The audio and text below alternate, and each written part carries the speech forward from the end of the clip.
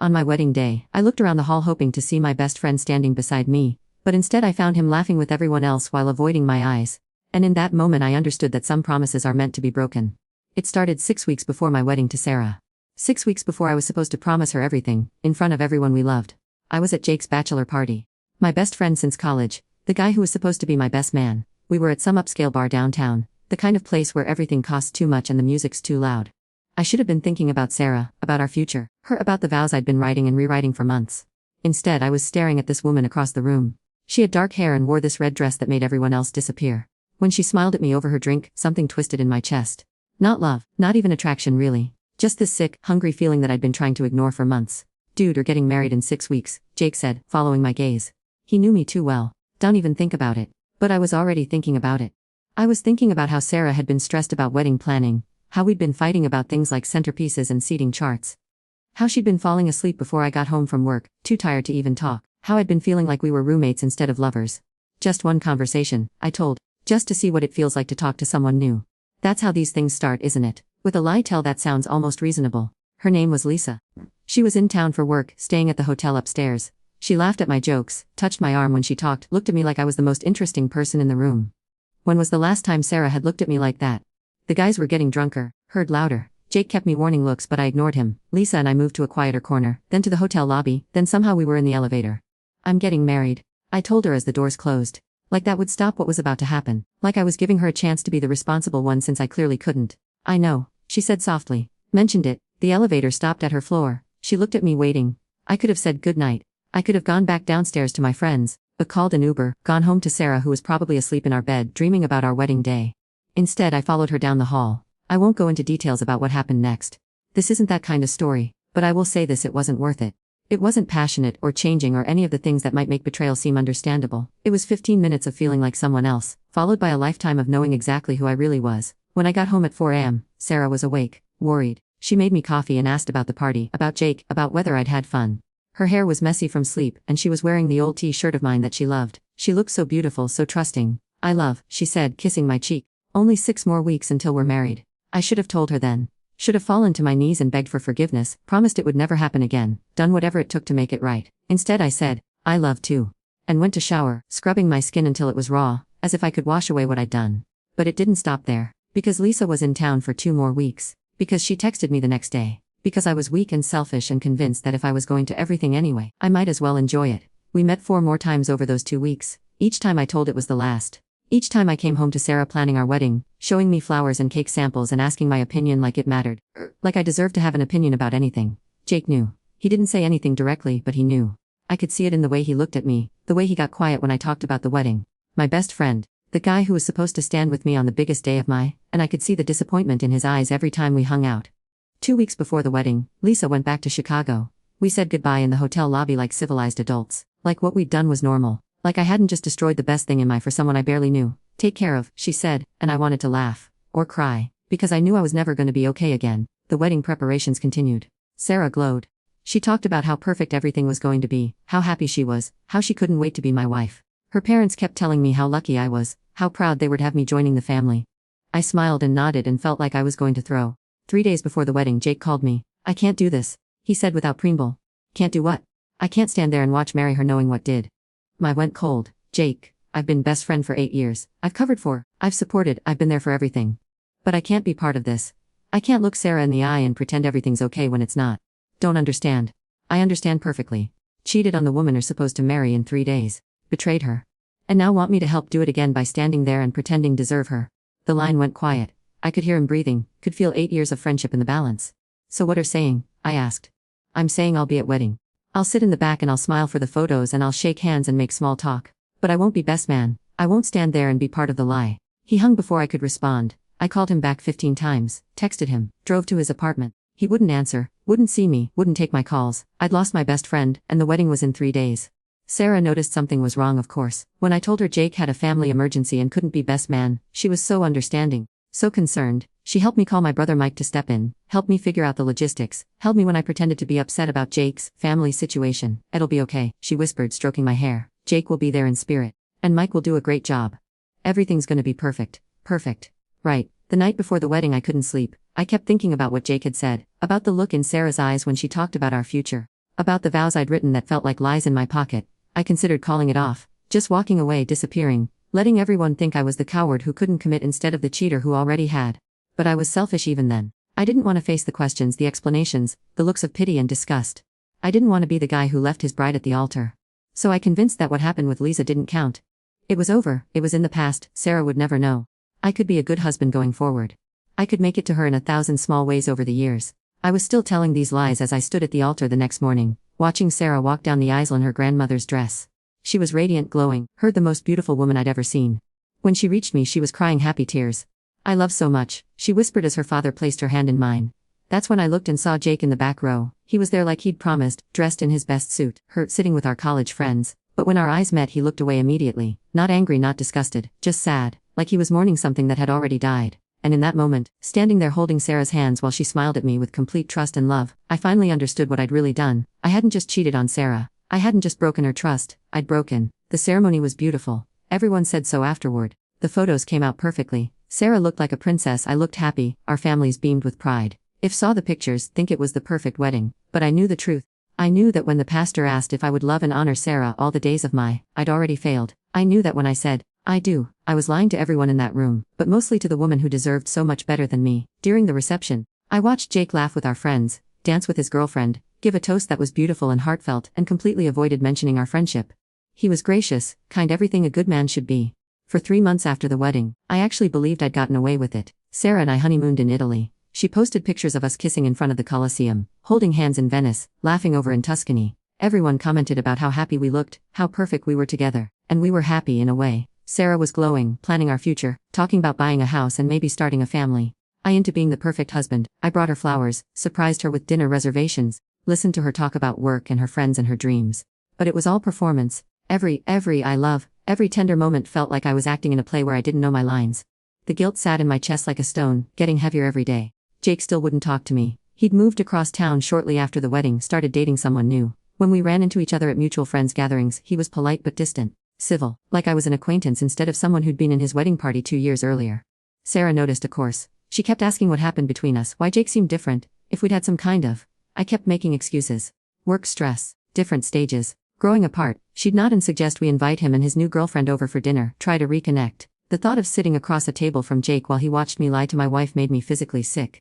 Then Lisa called. It was a Tuesday in October. Sarah was at work, I was home with the flu, feeling sorry for and binge watching Netflix, when my phone rang with an unknown Chicago number. I almost didn't answer. "I'm Michael," she said, and my turn to ice water. "How's married?" I hadn't heard her voice in 4 months, but it all came flooding back.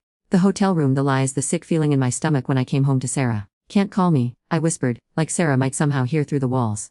"Relax. I'm not calling to cause trouble. I just thought she'd know. I'm pregnant." The world stopped, actually stopped. I could hear my heartbeat in my ears, could feel sweat breaking out across my forehead despite the fever. "That's impossible," I said, because it had to be impossible. Because if it wasn't impossible, then everything was about to get so much worse. "It's not impossible. It's actually very simple biology. And before ask, yes, it's yours." We're the only person I was with during that time. But we were careful. Careful isn't perfect. And apparently we weren't careful enough. I was going to actually throw right there on the couch.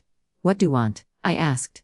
"The baby." "I'm 34, Michael. This might be my only chance. I'm not asking for anything. I don't want money or time or for to leave wife. I just thought she'd know." "Lisa, can't. This will destroy everything." "Everything's already destroyed. Destroyed it the night followed me upstairs. I'm just living with the consequences now." She hung before I could say anything else. I sat there on my couch shaking, staring at my phone. Somewhere in Chicago, there was a woman carrying my child.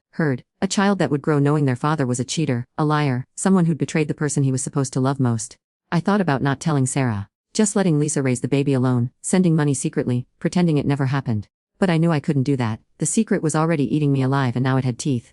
Sarah came home that evening with soup from my favorite restaurant and flowers to cheer me. "Look awful," she said, feeling my forehead. Feeling worse. I wasn't sick anymore. I was dying from the inside out. "Sarah, I need to tell something." She sat down across from me, concerned, loving, trusting. God, she was so trusting. "What is it, honey?" I told her everything. About Lisa, about the hotel, the baby. I watched her face go from confusion to disbelief to horror to something I'd never seen before. Something broken. She didn't cry at first. She just sat there, very still, processing. "How far along is she?" she asked finally. "About 4 months. 4 months. So this happened." She was calculating and I could see the moment she figured it out. Before our wedding. Cheated on me before our wedding. Sarah stood there in front of God and everyone we love, and promised to be faithful to me, and already knew failed. Her voice was so quiet I had to strain to hear her. Let me plan our wedding, pick out a dress, write vows, invite everyone we know to watch us make promises already broken. I was gonna tell. When we're gonna tell me, when she had the baby. When our kids asked why they had a half-sibling they'd never met. Never. She stood then, started pacing. But the shock was wearing off and the anger was taking its place. My parents gave their blessing. They walked me down the aisle too. My dad cried during vows because he was so happy I'd found someone who would love me the way I deserved. Sarah, please. And Jake. Jake knew, didn't he? That's why he wouldn't be best man. That's why he's been avoiding us. Stop. I couldn't answer. Couldn't make my voice work. He knew, and he tried to protect me by stepping back. And I convinced to let my brother walk me down the aisle because I felt bad that best friend couldn't be there. She was crying now. Not the gentle tears from our wedding day. Angry sobs that shook her whole body. How many times? She asked. Sarah. That doesn't matter. How many times did sleep with her? 5? 5 times. 5 separate occasions where chose her over me. 5 times came home and me and told me love me after being with someone else. She grabbed her purse, her keys. Where? Are going? I don't know. Anywhere that isn't here with Pop. Sarah, wait, we can work through this. We can go to counseling, we can figure this out. She turned at the door, and the look she gave me will haunt me until the day there's no, anymore. Michael.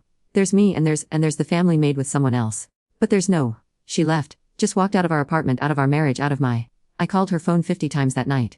Texted her, emailed her, drove around looking for her car. She was staying at her sister's, but when I showed there, her sister answered the door and told me if I didn't leave immediately she'd call the police. She trusted, her sister said. We all trusted. How could do this to her? I didn't have an answer. Still don't. Sarah came back 3 days later, but only to pack. She moved like a ghost through our apartment, taking her clothes, her books, the pictures of us she'd so carefully arranged on every surface. She left her wedding ring on the kitchen counter. The baby, she said as she was leaving. What are going to do about the baby? I don't know. Well, figure it out. Because that child didn't ask for any of this. That was the last time she spoke to me as my wife. The divorce papers came 2 weeks later. No contest, no fighting over property or money. She just wanted out, wanted to start over somewhere I couldn't reach her. Our friends took sides quickly. Most of them chose Sarah. Because Sarah was the victim and I was the villain and the story was that simple. The few who tried to stay neutral got tired of my excuses, my self-pity, my desperate attempts to make what I'd done sound less horrible than it was. Heard my family was disappointed but supportive in that forced way families are when their loved one does something unforgivable. My mom kept saying things like, everyone makes mistakes. And Sarah will forgive eventually and, that baby needs their father. But Sarah wasn't going to forgive me. And I was beginning to understand that I didn't deserve forgiveness anyway. Lisa had the baby in February. A girl, she sent me a picture and a birth certificate with my name on it. Emma Grace, she was beautiful, perfect, innocent. She looked like me around the eyes. I flew to Chicago to meet her, held my daughter for the first time in a hospital room that smelled like disinfectant and broken dreams. Lisa was tired but happy, glowing in that way new mothers do. She's perfect. I said, because she is.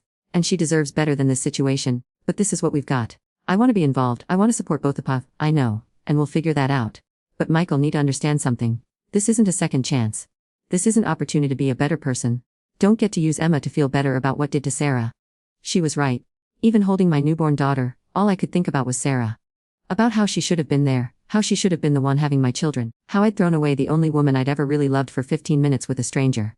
I went back home to my empty apartment and my empty, started sending Lisa money every month, called to check on Emma, made plans to visit when I could. I was a father now, with all the responsibilities that came with it. But I was also alone in a way I'd never been before. Jake texted me once when he heard about Emma. Just 2 words, congratulations, Dad. I stared at that message for an hour, trying to figure out if it was cruel or kind, or just neutral acknowledgement of a situation we all had to live with now. I texted back, I know I messed everything, I know can't forgive me.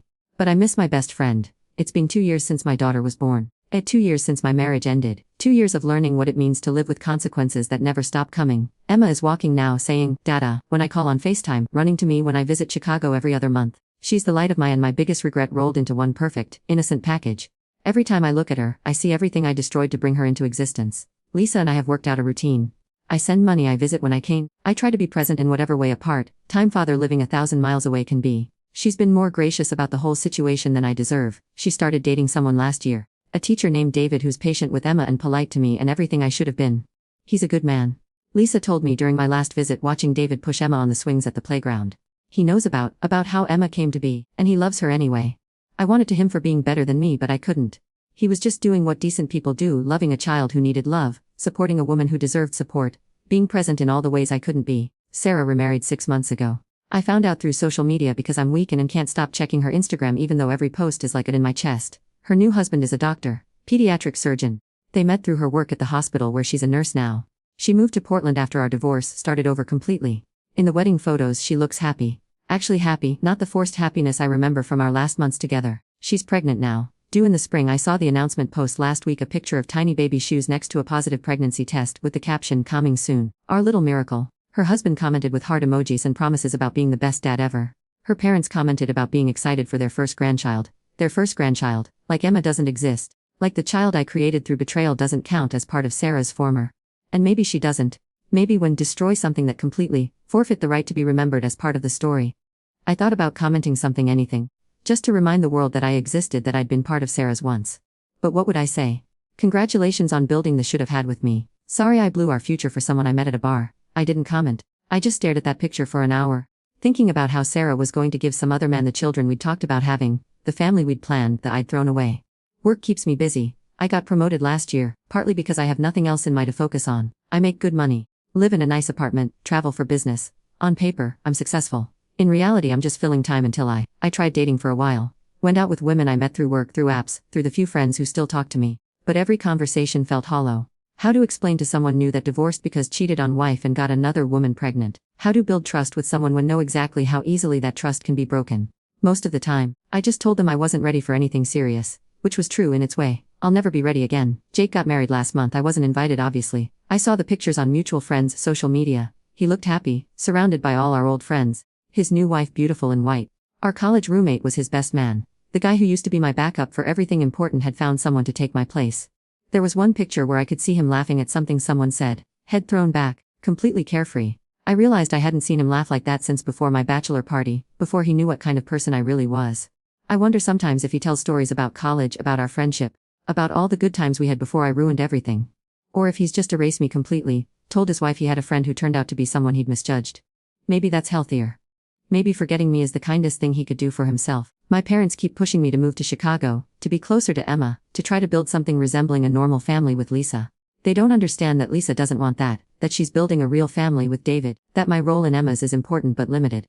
That's daughter, my mom says during our weekly calls, should be raising her. But I'm not raising her, David is. David is the one who gets with her at night, who teaches her to tie her shoes, who will walk her to school and help with homework and scare away boys when she's older. I'm the weekend visitor, the guy who sends presents and tries to cram a relationship into a few days every couple of months. It's better this way. Emma deserves stability, herd consistency, a father figure who chose to be in her instead of someone who stumbled into it through betrayal and selfishness. Last week she drew me a picture. It was crayon stick figures, her, Lisa, David and me. But I was standing separate from the other three, off to the side, not holding anyone's hand.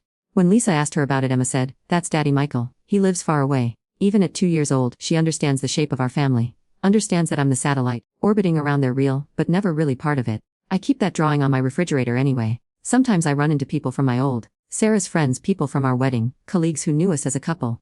They're usually polite but uncomfortable, like they're not sure whether to acknowledge what happened or pretend they don't know me. Last month, I ran into Sarah's maid of honor at the grocery store. Jennifer, she used to like me, used to say Sarah was lucky to have found me. When she saw me in the produce section, she went very still. "Michael," she said like my name tasted bad. "Jennifer, how are?" "I'm fine. Sarah's doing well, in case you're wondering." "Really well. I'm glad to hear that." Her, because destroyed her. Know that, right? She couldn't eat for weeks after she found out. Couldn't sleep. She had to take leave from work because she couldn't function. I didn't know what to say. What could I say? But she got help. She went to therapy, she rebuilt her. She found someone who actually deserves her. Someone who would never do what did. Jennifer, no, don't get to explain or make excuses or ask for forgiveness. Made choice. Chose 15 minutes with a stranger over a lifetime with Sarah. And now she's having the baby she always wanted with a man who will never break her heart the way did. She walked away before I could respond. Left me standing there holding a bag of apples, feeling like everyone in the store was staring at me. Like they all knew what I'd done. I think about that conversation a lot. About how Sarah couldn't eat or sleep. About how she had to take time off work to recover from what I'd done to her. I'd been so focused on my own guilt, my own loss, that I'd minimized the damage I'd caused her. She wasn't just heartbroken, she was traumatized. By me. By the person who was supposed to protect her from trauma. That night I tried to write her a letter. An apology, an acknowledgement of the pain I'd caused. Something to let her know that I understood what I'd taken from her. I wrote 17 drafts and them all away. Because what's the point? She's moved on. She's happy. She's building the she deserves with someone who won't betray her. The kindest thing I can do is leave her alone. But God, I miss her. I miss talking to her about everything and nothing. I miss her laugh, her terrible cooking, the way she'd curl next to me on Sunday mornings and plan our week. I miss the future we were supposed to have. The children we talked about, the house we were going to buy, growing old together. I had all away for someone I couldn't pick out of a lineup today. Emma calls me every Sunday. It's the highlight of my week and the lowest point all at once. She tells me about her day, shows me her toys, asks when I'm coming to visit. She doesn't understand why I can't be there all the time, why David lives with her and mommy but I don't. When are coming home, Daddy Michael? She asked last week. I'll visit soon, to sweetheart. But when are coming home to stay? Lisa took the phone gently. Daddy Michael lives far away, remember? But he loves very much. Later, after Emma went to bed, Lisa called me back. She's starting to ask more questions about why we're not here, she said. About why David lives with us but don't. What do you tell her? The truth in simple terms, that sometimes grown-ups make choices that have consequences, and this is the consequence of choices that were made before she was born. Do regret it. Having her. The pause was long enough that I thought she might. I could never regret Emma. She's the best thing in my. But do I regret the situation that brought her here? Do I regret that she'll grow splitting her time between families, confused about why her father doesn't live with her? Yes, Michael. I regret that every day. That conversation keeps playing in my head, because I realize something that night: I'm not just living with the consequences of my choices. Emma is too. And she'll be living with them for the rest of her. She'll grow knowing her father is the kind of man who cheats on his wife. She'll have to explain to friends why her parents were never married, why she has a half-mother she's never met, why her family looks different from everyone else's. When she's older, she'll understand that she exists because her father destroyed someone else's. That her very existence is tied to betrayal and lies and broken promises. What kind of weight is that for a child to carry? I started seeing a therapist last year. Dr. Patterson is patient and professional and completely unimpressed by my self-pity. Want absolution, he told me during one of our sessions. Want someone to tell that not a monster, that people make mistakes, that can be forgiven and move on. Don't I deserve forgiveness? That's not for me to decide. But I'll tell this: forgiveness isn't something earned by feeling bad enough for long enough. It's something other people give if and when they choose to. And they might never choose to. So what am I supposed to do? Just live with this forever? Or living with it forever? The question is whether going to spend that time focused on own pain, or on making whatever small amends can to the people. I think about that a lot. About what amends I can possibly make. I support Emma financially and emotionally as much as I can from a distance. I stay away from Sarah completely. Don't contact her, try to insert into her new. I tell the truth when people ask me why my marriage ended, instead of making excuses or blaming circumstances. But none of it feels like enough. None of it undoes what I did or repairs what I broke. Yesterday I got a text from a number I didn't recognize. This is David. Lisa gave me number. I wanted to reach out before Emma's birthday next month. My stomach dropped. Emma's second birthday. The first one I'd missed because of work travel, and now I didn't know if I was welcome at the second. I called him back immediately. I hope I'm not overstepping, he said when he answered. But Emma talks about a lot and I want to make sure her birthday is perfect for her. Of course. What can I do? Well, Lisa and I have been talking, and we think it might be good for Emma if could be here for her birthday. Not just visit, but actually be part of the celebration. Help with the party, be there when she wakes, make it a full day. I couldn't speak for a moment. Michael. Are there? Yes, I'm here. Are sure. That's very generous of Bye. It's not about me, it's about Emma, and honestly, it's about her father. Made a terrible mistake but are still her father. She deserves to have in her in whatever way works for everyone. After we hung her, I sat in my apartment and cried. Actually cried for the first time since Sarah left. Because this good man who'd stepped to love my daughter when I couldn't be there, was showing me more grace than I deserved. David didn't have to include me. He could have butta with Lisa and Emma that didn't have room for the mess I'd created. Instead, he was making space for me because it was what was best for Emma. He was being the man I should have been all along. So I'll go to Chicago for Emma's birthday. I'll help balloons and sing happy birthday, and pretend for one day that I'm part of a normal family. And then I'll come back to my empty apartment and try to be grateful for whatever small role I'm allowed to play in my daughter's story. Because that's what I have now. That's what my choices bought me. A weekend dad arrangement with the child I created by destroying the I actually wanted. A cautionary tale that old friends tell about what happens when throw everything away for nothing. I saw Sarah's announcement about her baby's gender last week. It's a boy, they're naming him James after her grandfather. The comments are full of congratulations and excitement and love. I almost commented something. Almost typed, congratulations, and hit send. But then I realized that Sarah's new baby isn't about me. Her happiness isn't about me. Her new family exists in a world where I'm not a factor, and that's exactly as it should be. She gets to be happy. She gets to have the family she always wanted with someone who will never betray her. She gets the I stole from her the first time. And I get to watch from a distance, knowing that everything good in her happened after she got away from me. 3 years ago, I was a man with everything, a beautiful wife who loved me completely, a best friend who would have done anything for me, a future full of possibilities and dreams and love. Now I'm a man with nothing but consequences. A part-time father to a child I see 6 times a year. A cautionary tale about the price of betrayal. A ghost haunting the edges of lives I helped destroy. I tell people I'm fine. I go to work, I pay my bills, I call my parents, I visit Emma when I can. I look like a functioning from the outside. But the truth is, I died the night I followed Lisa upstairs. The man I was before that moment, the man Sarah loved, the man Jake called his best friend, he's gone. What's left is just the shell, going through the motions, serving out a sentence for crimes against the people who trusted me most. They say time heals all wounds, but some wounds aren't meant to heal. Some mistakes carve scars so deep they become part of who are. Heard, some choices echo so loudly they drown out every other sound for the rest of. I destroyed my marriage for 15 minutes with a stranger, and now every day for the rest of I get to remember exactly what that 15 minutes cost me.